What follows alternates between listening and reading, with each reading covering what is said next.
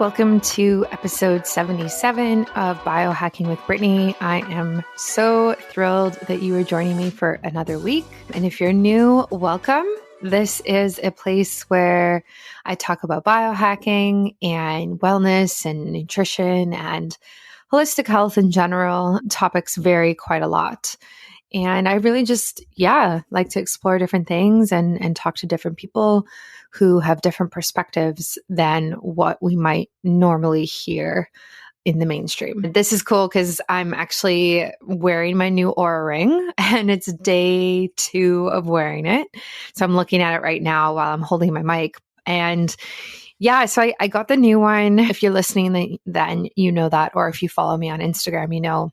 But basically, the Oura ring tracks your sleep and activity. It's mostly known for being a sleep tracker. And I first got mine in 2019 and love it. And then the 3rd generation came out and there was so much to talk about that. And I kind of was on the fence if I wanted to get it or not. But ultimately, I decided that I should get it. And so I got it, and I got it in gold. And I'm wearing it right now. So a few people have asked on Instagram if I should do like a review and like what my thoughts are. And I'm definitely going to. I think I'm going to wait a little bit before putting it out there, just because I need time to see like the analytics and see the difference. Because right now I just got it, right? So it's like, I don't even really know too much about all its capabilities, but so far so good. Like the new one definitely feels lighter than the 2nd generation. It's also smoother to the touch. Like it feels nicer on my skin, which I really like. And of course, it's got the daytime heart rate tracker, which is interesting. So it's interesting because you can also, so basically what it is like on the home screen on your phone, it will show you in the last 5 minutes the range of your heart rate. So it'll say like 58 to 72 or something like that, beats per minute, BPM. And then you can like click on it specifically and look at the different times and look at your heart rate. And if you also click like this underneath that like heart rate, you just have to hold your hand still and it will take your heart rate right then and there, which is cool. I like this. Like, I think it's helpful and I think it's interesting. And the purpose of it is to understand what you're doing in your day-to-day life that's impacting your heart, right? So are you drinking a ton of caffeine in the morning and your heart rate's elevated? Are you not moving enough during the day and your heart rate's, I guess, not too low, but you need more exercise and you need to be moving. It also just like stressful meetings and stressful situations and overworking and that type of thing. So the idea is to really like get more data on how you are performing and acting during the day and then how that's impacting your sleep. So obviously that makes sense. And I think it's cool that they're bringing this out.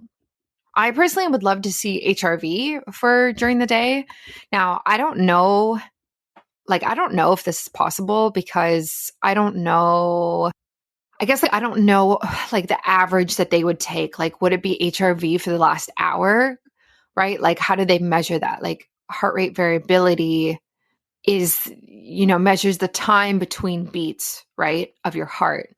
So how would they, I'm just trying to think, like, how would they give you a number, like give you an average? Because I'm sure it changes so much throughout the day. So it would have to be over a certain period of time. So maybe it would be like the last 5 minutes, like they're doing with heartbeat, or maybe that's not long enough. Maybe it needs to be over the last hour. I'm not sure. But I personally love HRV. That is one of the most important metrics that I base my health off of. And it really, really shows me how my body is doing and my mind is doing in relation to the stress in my life and workload and over exercising and that type of thing. So when things are going well, my HRV is actually pretty high. So I think the highest I've ever seen it is probably, I don't even know, maybe 130, maybe 140. Yeah, probably 140 or so. But then the lowest, like I've seen low, like I've seen in the 30s, and that happens when I drink alcohol. My heart does not like it. And it's been one of the key components in me moving away from drinking in general has been the ability to see its impact on my heart and my health through the Oura ring. So yeah, so I'm enjoying it so far. I'll definitely do a better recap in the next few weeks, maybe in the new year, just because the holidays and stuff are coming up. But I'm definitely going to keep my generation 2 because some people are returning their generation 3 and some people have like issues with it. So I'm kind of nervous to like send it back. So I guess we'll see. But yeah, so stay tuned for that. And if you have an Oura ring and have any advice, like obviously reach out and I would love to chat as well. On this episode this week, we are talking about spermidine. If you follow me on Instagram, which is at biohackingbrittany, you know that I've been talking about spermidine quite a lot lately. And the brand that I work with that is amazing is Spermidine Life. And this is a podcast all about them. Or sorry, I guess their supplements called Spermidine Life and they're from Longevity Labs. But I have Don Moxley on the show with me and he is from there. And we just dive into this. And I first heard about spermidine a few years ago and really became interested in it because of its ability to trigger autophagy. And this is interesting because obviously you can do things like intermittent fasting or keto, which also does the same thing in terms of triggering autophagy. But for me, like both of those things have caused negative concerns with my health when I've done them too much or for too long of a period of time. So if I can take a supplement that kind of mimics that same activity in the body, then I absolutely want to do that. And that's what spermidine does. And we get into that. We get into the science of it. We get into inflammation. We get into other things with autophagy as well, looking at our environment, biohacking, a bunch of different things. So it's a great episode. And if you are interested in trying spermidine, which you should be, because it's one of the best longevity supplements that you can take. It's probably the number one supplement I think biohackers take in general. You can do so through my link. I will put that in the show notes for everybody. You can use my discount code, which is biohackingbrittany, and I will link it for you. Or if you're listening to this and you're on your phone and you want it super easily, just message me on Instagram and I'll send you the link directly. Actually, it's also in my bio link on my Instagram page too, so you can just find it right there. And a quick shout out to this week's sponsors, shouting out Kion. I am loving working with Kion, which is Ben Greenfield's brand. I am focusing on their lean supplement, which is basically something that helps you when you eat calorie rich and carb rich meals. It basically reduces the impact it has on your glucose levels. So if you're having a big holiday dinner or a Christmas dinner or Hanukkah, whatever it is, you can take something like Kion Lean and really reduce its impact and help support healthy metabolism, healthy weight, and healthy glucose levels, which is super important, especially with the holidays coming up and we're all eating probably more than normal. And so this is what I am taking every time I have something that's super carb rich. And I know Ben Greenfield does that as well, because I've heard him talk about that on his podcast. So definitely recommend it. The link is in the show notes. You can also go to my website, biohackingbrittany.com. This is episode 77. You'll find it right there. And that will be linked. And also shout out to Inside Tracker. I've talked about them so much, but I really love what they're doing. If you are still on the fence about getting tested at home or maybe for the first time you're thinking about doing this, right? Like getting your minerals tested or your nutrients tested in terms of like vitamins or your hormones, and you haven't done this before, you'll be surprised at how much data you can get from that type of test. Once you realize that, maybe this is high or maybe this is low and it's not optimal, then you can start to see that is maybe why you're feeling a certain way or dealing with a certain symptom. So I think testing is much better than guessing. And I always try and get my clients to test and my friends and family as well. And Inside Tracker is my go-to because it's just so easy. Like it's an at-home test You don't even have to do anything. You just have to let them in. They take your blood and then you get the results. And they even have an app. So it's flawless. It really is. So again, discount code biohacking Brittany in capitals. That's always my discount code, by the way. I always try and keep it the same just because it's easy for all of you. And coming soon, oh my gosh, I feel like I've been saying this for so long, but my new website is out right now. It's not perfect, but we're getting there. It's a little buggy and we're fixing some things. So that's why I haven't been promoting it yet. But we will have a new page coming out soon that's not currently published. And it's a shop page. And all of the products that I am an affiliate with will be on that page. So then you can just go there. You can find all the supplements and the tests and everything that I do. And so it's much easier for everybody. So that is coming and I will definitely let you know when that is out. So yeah, enjoy this episode today, episode 77. And let me know if you have any questions or any feedback as well, or if you've taken spermidine and you have had interesting results. I know some people swear by it for things like hair growth and nail growth. So I'm super curious if you notice that as well. And otherwise, thanks for listening and I'll catch you next time. Welcome to another episode of Biohacking with Brittany. I am super thrilled and excited that you are listening for another week. Today is cool because we are talking about a molecule called spermidine or spermidine. I say spermidine, but anyway, that might be the Canadian part of me. But I have heard of this molecule for the last couple of years. I think it's one of the most popular biohacking supplements out there because it's so focused on longevity. And that's typically what biohackers like to focus on and like to prioritize. So I'm really excited to actually be using it now and to have the Director of Applied Science and Brand Development from Longevity Labs Plus with us, which is a company and they have their first product out, which is Spermidine Life. So Don Moxley, welcome to the show. Thanks, Brittany. I'm excited to be here with you today. Awesome. So I know you were kind of touching on this before we got started, but how did you get to working for Longevity Labs? How do you wind up selling spermidine? That's a great question. Yeah. And not something you typically, that was not written in anyone's yearbook anywhere. But my pathway here has been interesting. I'm trained as an exercise physiologist. I've spent about 25 of the last 35 years either as an adjunct or an assistant professor teaching the exercise sciences. And then back in 2015, I left academics and I was at the Ohio State University in Columbus, Ohio, working with their wrestling program, which I'm an alumni of that program.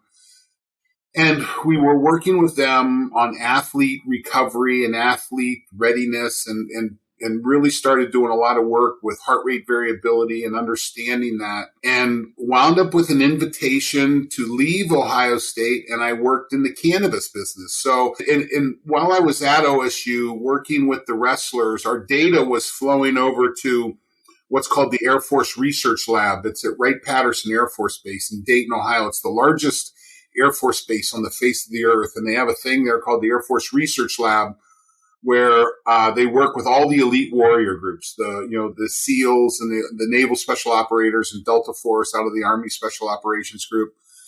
And they were using Ohio State athletes, football and wrestling as analogs, looking at trying to create some kind of a biometric tool for warriors. This was a wonderful experience. And while I was doing this, I had guys working in the pros, either strength coaches or sports scientists, coming to me saying, "Hey, what do you know about cannabis and its impact on HRV?" And I said, "Well, I don't know anything about it because my guys are NCAA athletes and that's against the rules. So we're not going to see any effect." But I started to do some research and when you look at the role of cannabis and its impact on the endocannabinoid system, well, when you're measuring heart rate variability in that autonomic nervous system status, you're essentially measuring endocannabinoid status. So when I had a chance to go into that business and do a deep dive into the deep end of the pot pool and learn about it. It was just a wonderful experience and got me shifted away from barbells and dumbbells and treadmills into molecules and how these molecules affect people. And I got a call one day from a guy that I worked in cannabis with. He says, "Hey, what do you know about autophagy?" I said, "I've got a passing understanding of it. I've not really done the deep dive on it." And he says, "Well, what about, have you ever heard of a molecule called spermidine?" And I'm like, "Nope, first time there." And started to do some study. And this longevity lab started about 4 years ago now, over in Austria. It was founded by a top researcher in the area of autophagy, a guy by the name of Dr. Frank Medeo at the University of Graz. And they had the opportunity to start to refine this spermidine-rich extract from Central European wheat. And we launched the American division of this now almost 18 months ago. So that's how you go from being an exercise guy to selling spermidine. Yeah. That's so interesting. And like, before we get ahead of ourselves, for everybody listening who is like, what the heck is this in the first place? Like, what is spermidine? Can you break it down for us? Sure.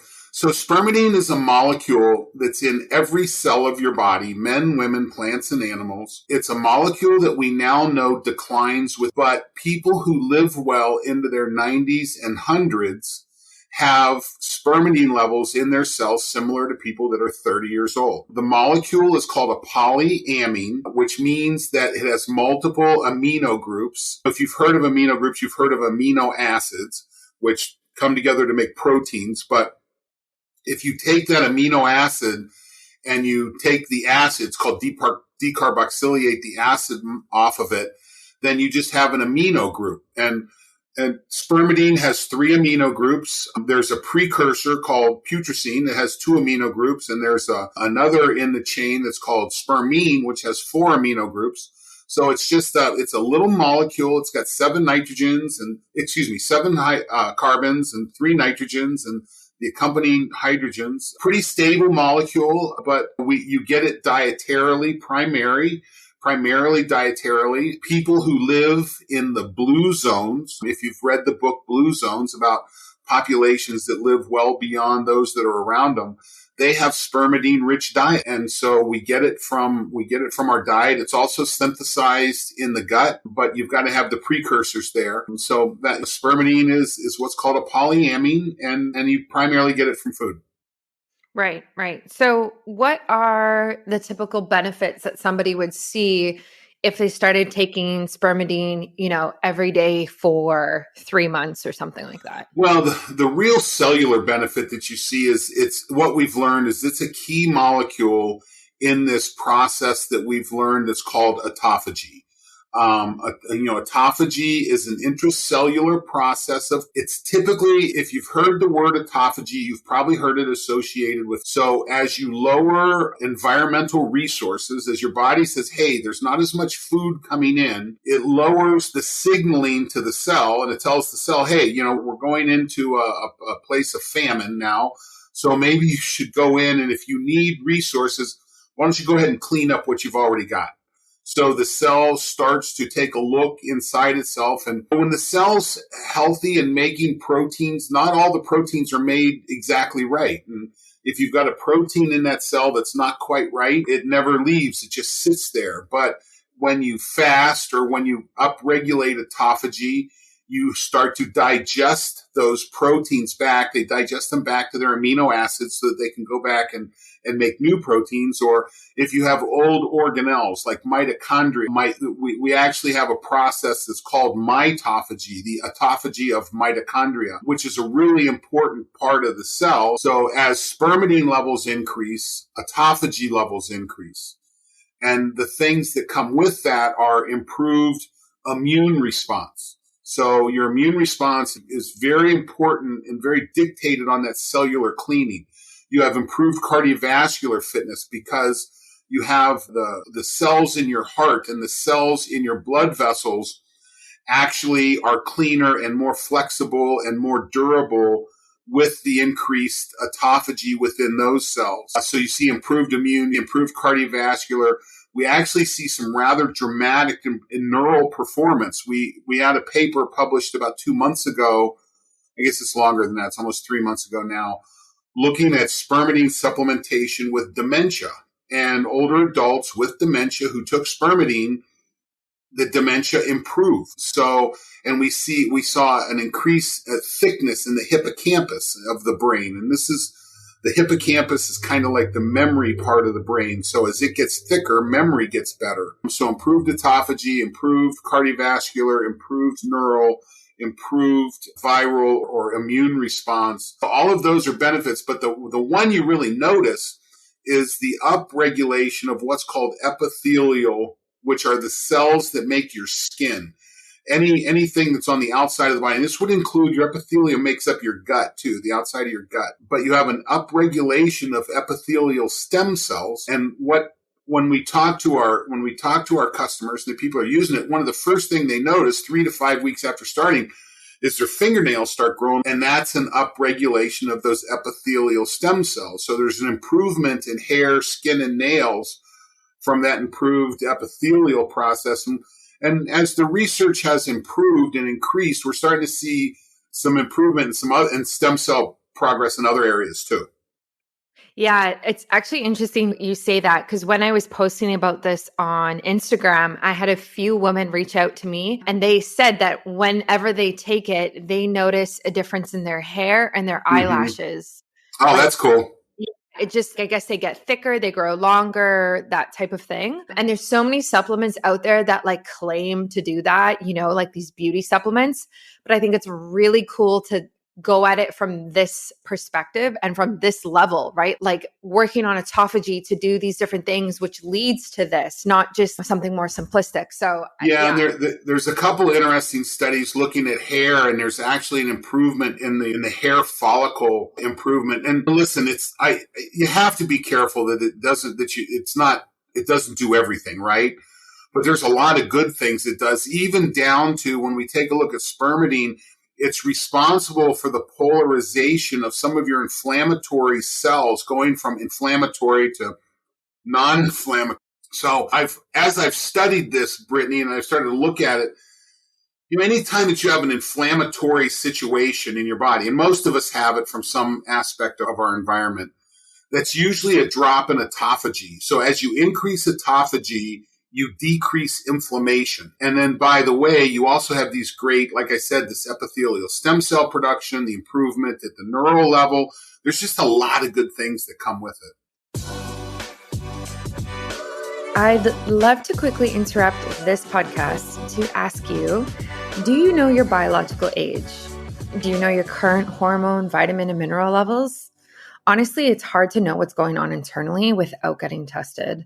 And traditionally, you'd have to go through your doctor or your healthcare provider to order these tests, go into a lab, and it would be a whole ordeal. It would take a while as well. For me personally, this has always been a hurdle for understanding what is actually going on and how to optimize my biomarkers and even know my biological age in the first place.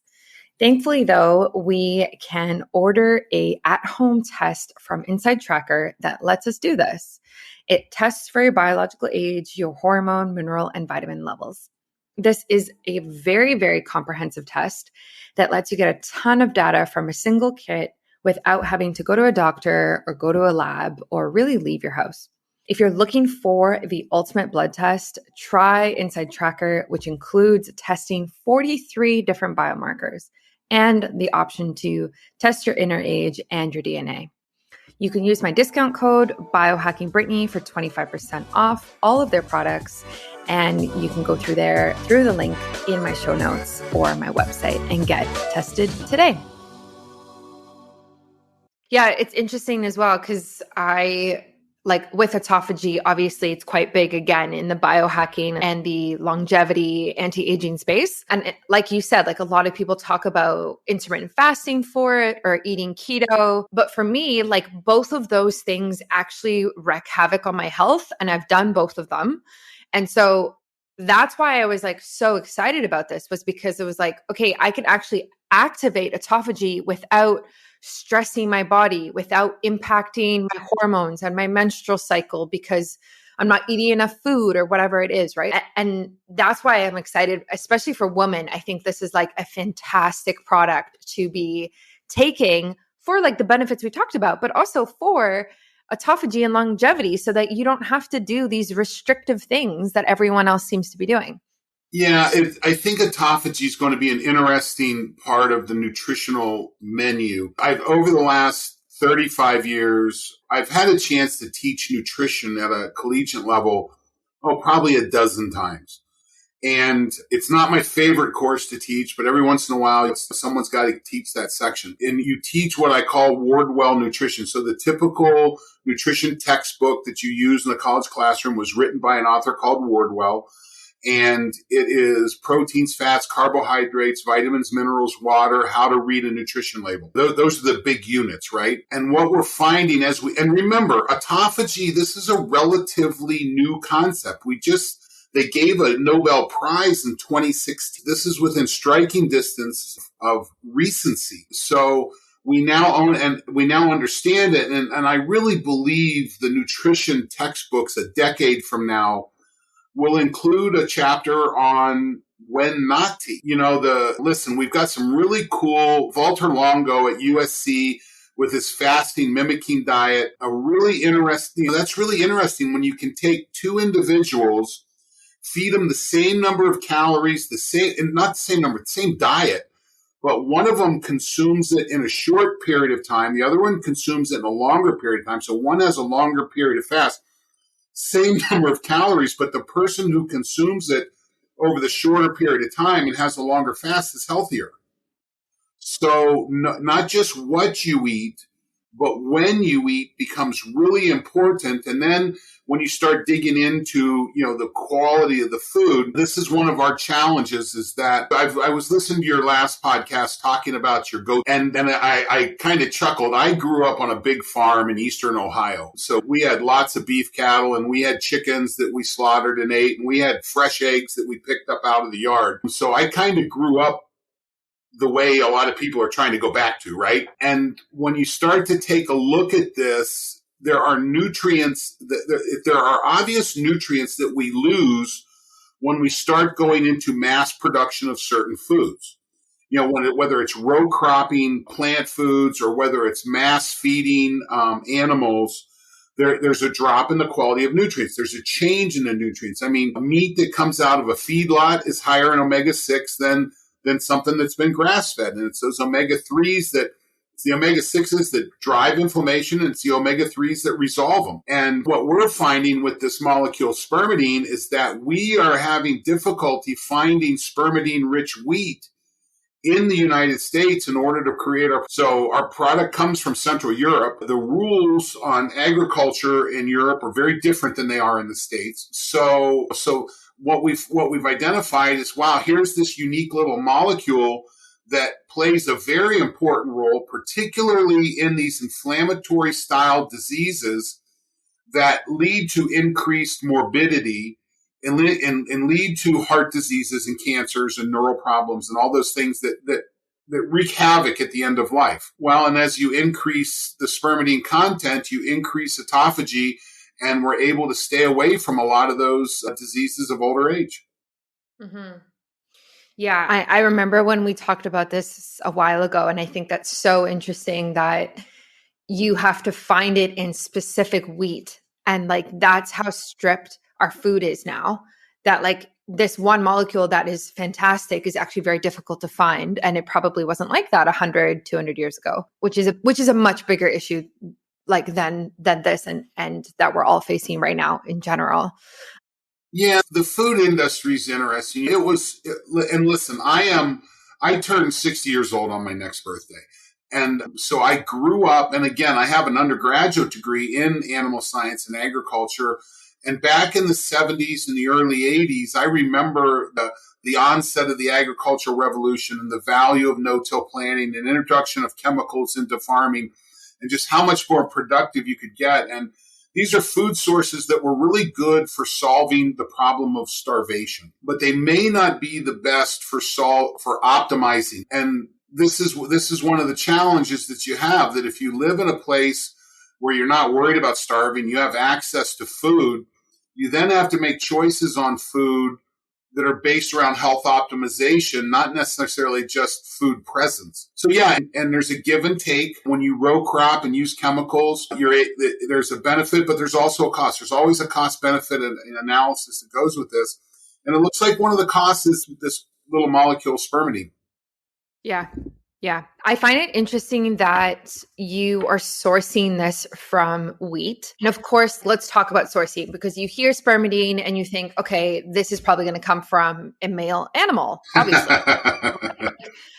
like legit, that's what you think. So I just, the questions on people's minds, obviously, when you hear the name of it, like, where did it come from? Let's talk about that. Yeah. So the name is funny. So the spermidine was first described by a Dutch is actually a textile salesman by the name of Anton van Leeuwenhoek. And Leeuwenhoek developed a single lens microscope. And he's wound up with the moniker of the father of microbiology. Now,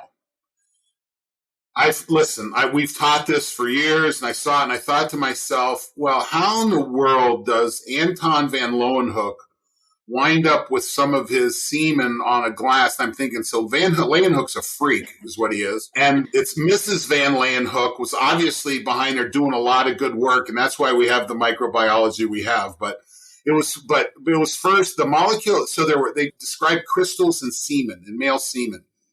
And it wasn't for another 200 years, a group of German researchers named it. And since it was in semen, that this crystal, they figured out that it was this polyamine, and they gave it the name spermidine. And it sat for a long time. And it wasn't until the 1970s and 80s that they started looking at it as a possible element in the cancer pathway. That did not hold up. And then it was in the 20-teens that actually Frank Medeo in his lab, they took spermidine and they put it into senescent cells, the cells that had gone zombie, and these cells began to rehabilitate. So when you look at cellular senescence and the inflammatory, and if you think about senescence, it's typically an inflammatory response, inflammation, lack of autophagy, increase autophagy, improve inflammation, and rehabilitate cells. And this is where it really came into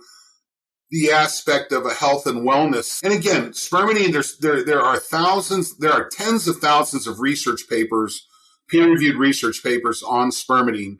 And most of them come from the plant kingdom, looking at it in plants. So it's in a lot of plants. It's in a lot of places. It's just the question is, where is it dense enough in food sources that it makes a difference with human consumption? So we, again, Longevity Labs has learned how to extract it from wheat germ. And again, we're having to use wheat germ from Central Europe. We get our wheat from Southern Germany, Northern Italy, Austria. We're an Austrian company, and we've got good supplies there. We're able to do it there. And so that's where it got its name, where it came from. Again, Anton van Leeuwenhoek, the freak. Oh, I love that. Good. I'm glad that you described that and explained it, because I think that's just what is on people's mind when they first hear about it. I know when I've taken this supplement in front of my partner or whoever's in my house, they're kind of like, what is that? Oh, and you know what I mean? Especially people who aren't in the health world. It's like, no, this probably isn't what you think it is. So when it comes from wheat germ, and I got this question a couple times on my Instagram when I was talking about it, people are concerned that there's gluten in the product. Is that so? And is there a lot? Like, what's the deal with that? That's a great concern. And Brittany, my wife, has celiac. So we are a very gluten aware household. As we've worked our way through this, I've had to hold her hair back way too many times, and getting polluted is awful. So we do come from wheat germ. There is a very, very small amount in our supplement. So Celiac's Association, to be declared gluten-free, you've got to be below 50 parts per million. And Celiac's Association recommends that someone with celiac keep their gluten consumption below 10 to 50 milligrams a day. We have, in a regular serving of Spermidine Life, we have 1.3 milligrams of gluten. which is roughly 1/5. It's 1.3 compared to 10 to 50 to stay below. Now, we have a lot of celiac patients that have taken our product and are doing well with it. We've not heard from a lot that didn't do well, and that doesn't surprise us. If someone does good, they like to tell the story, and if they don't necessarily talk that much about it. But if you do have celiac, if you are gluten sensitive, we recommend start. So if you take one tablet, our regular dosage is 2 tablets a day.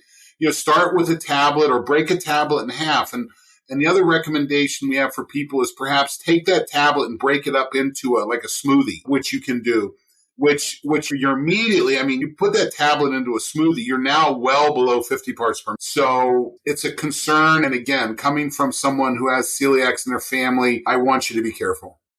Yeah. I try and avoid gluten as much as I can, but I'm not celiac. And so it's more of a preference at this point, I would say. Well, I think it's healthy. It's it's a good thing to do. I don't have celiac either, but I've really backed off. Our household is gluten-free. When you have one person in it that's celiac, you have to be careful. And I've gotten my daughter's 23 years old, and she was back living with us while she was in grad school here for the last 2 years. So you learn how to deal with it. But like I said, we've had a lot of testimonials from customers who are celiac, who have been able to use the product without an issue. We just think, listen, it sucks when you get polluted, so be careful.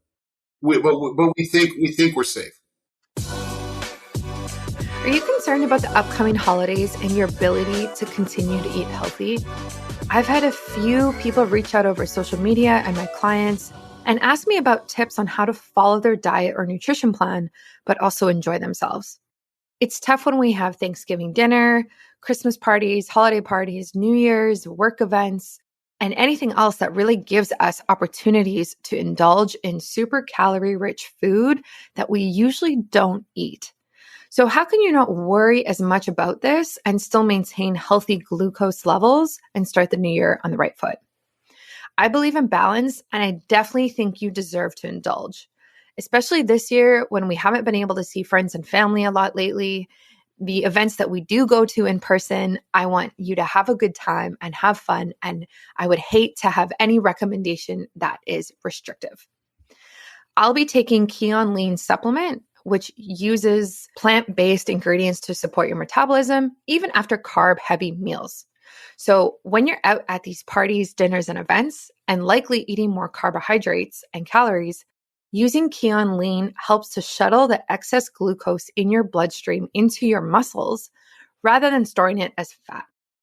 Through this mechanism, it supports metabolic wellness, assists in weight management, and can be a part of your diet to help maintain a healthy blood glucose level.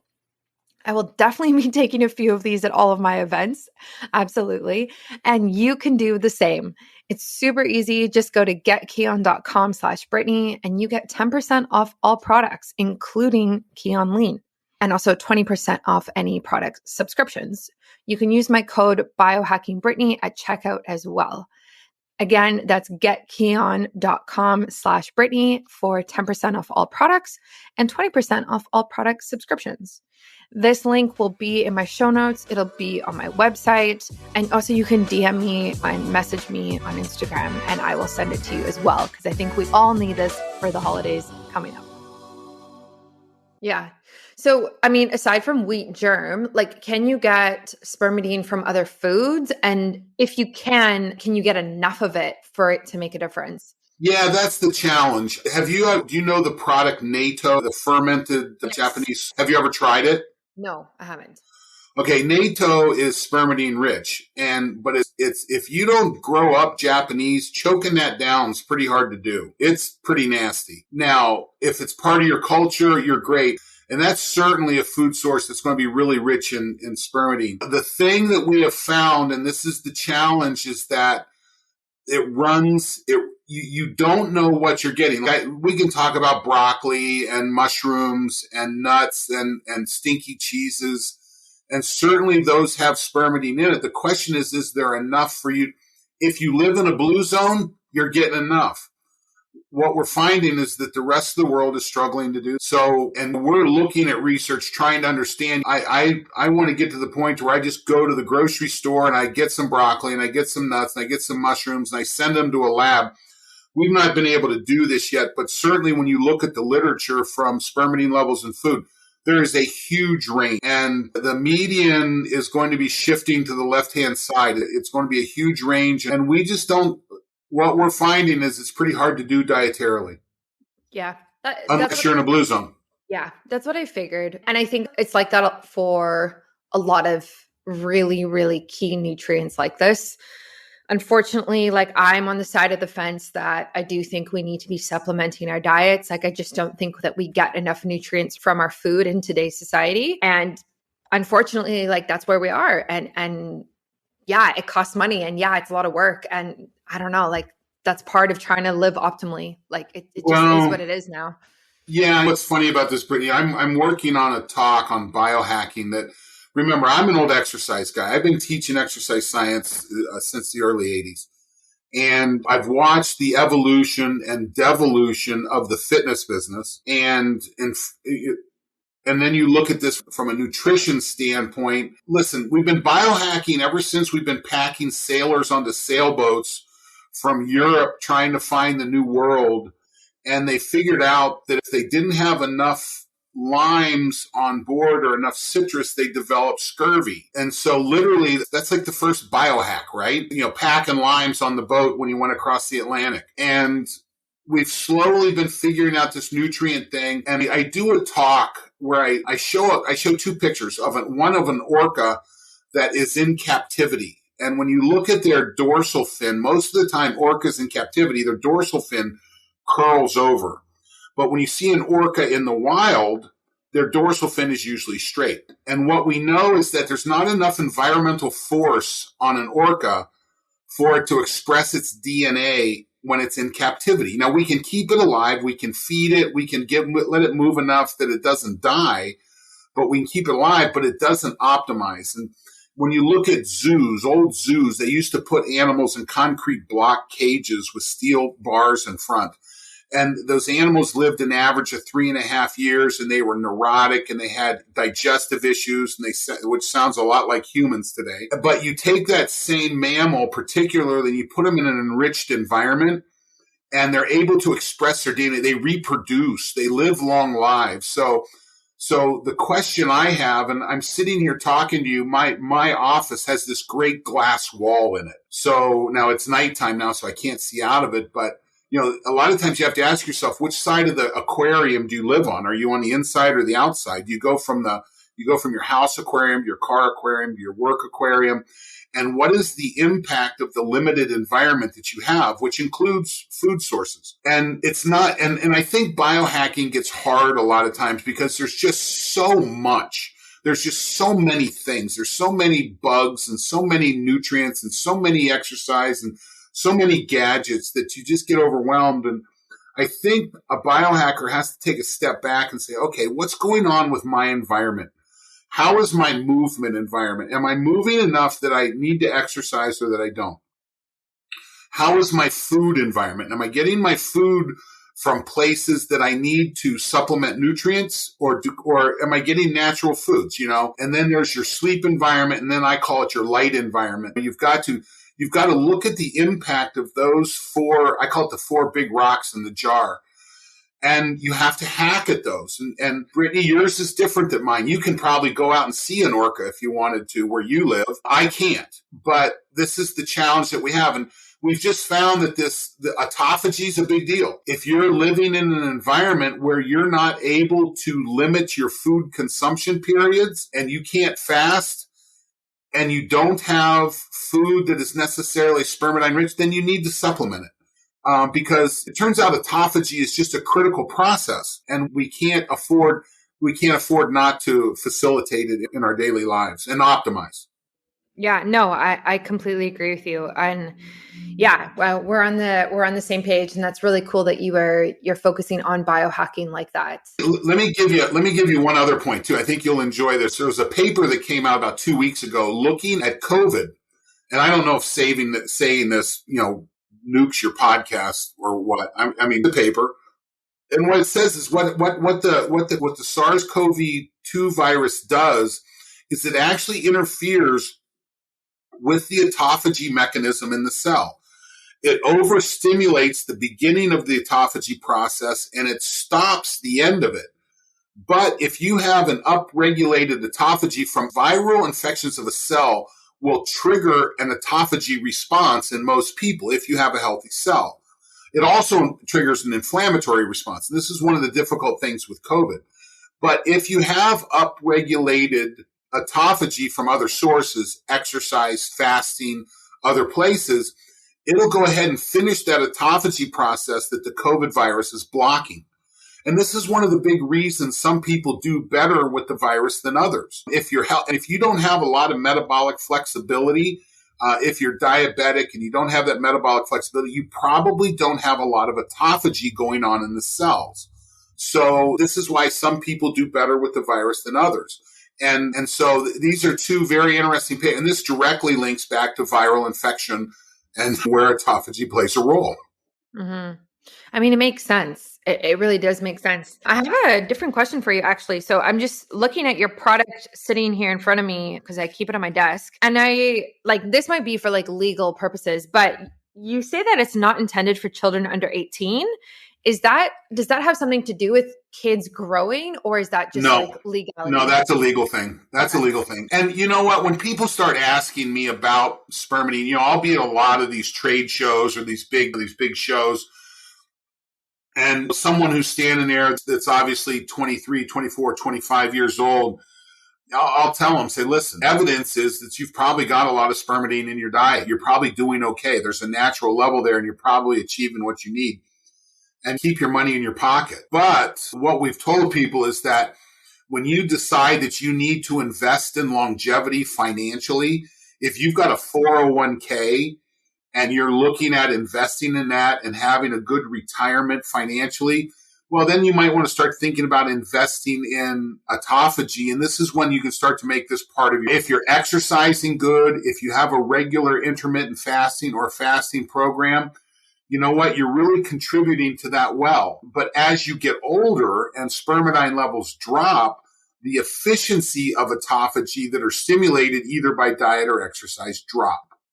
So this is why as you get older, it becomes a more important supplement. Mm-hmm, mm-hmm. Yeah. And I also just think with the amount of stress that young people are under anyway right now, and obviously with a pandemic and things like this, I don't think it hurts to be taking something like spermidine. Like I'm 28 and I'm taking it and I'm very much aware of my longevity, and at the same time, I don't have a lot of friends who really care right now.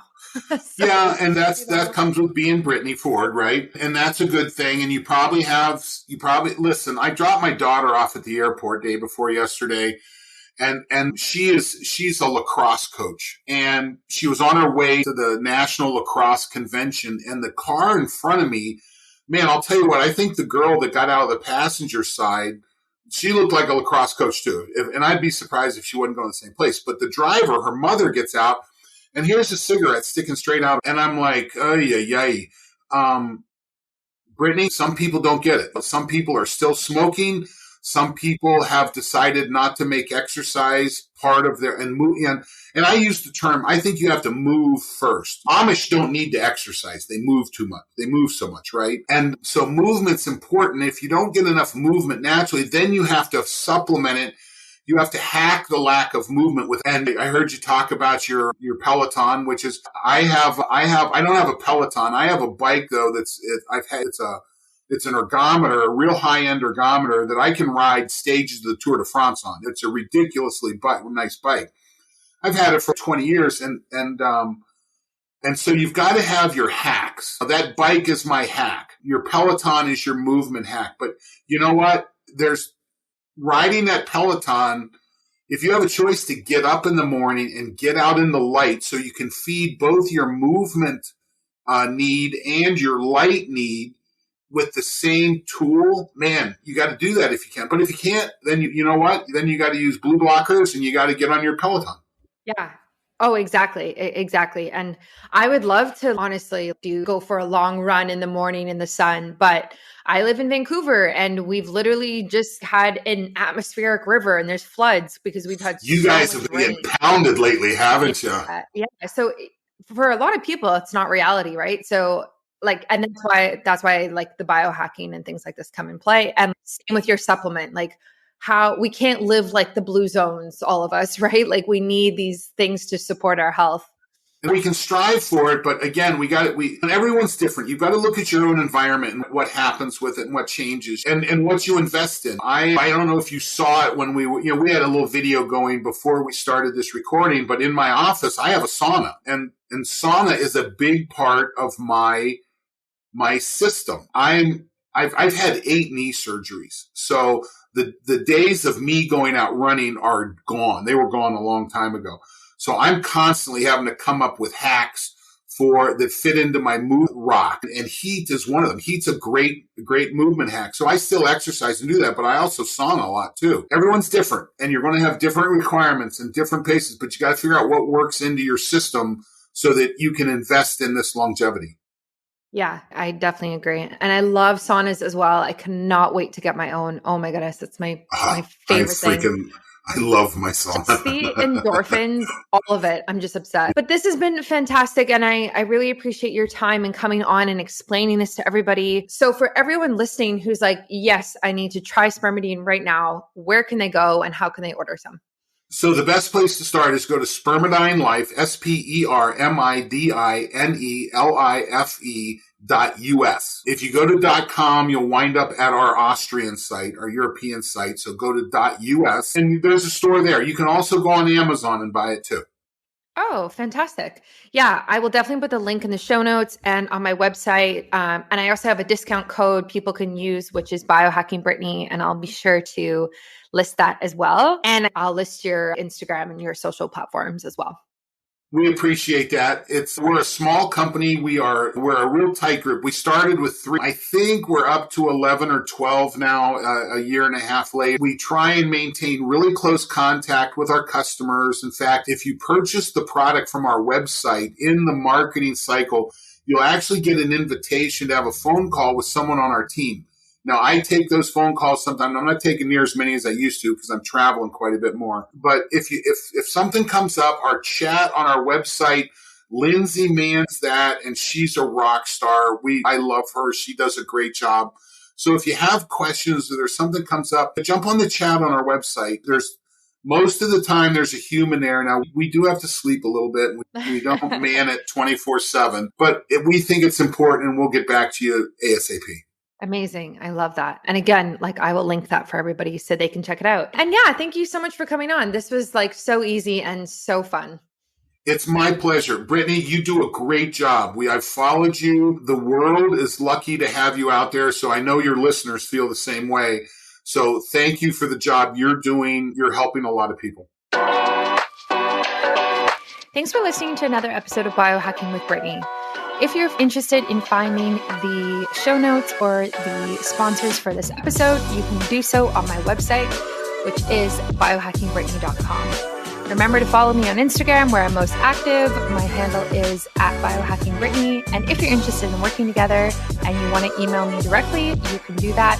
My email is info@biohackingbrittany.com. And I look forward to hearing from you and having you tune in next week.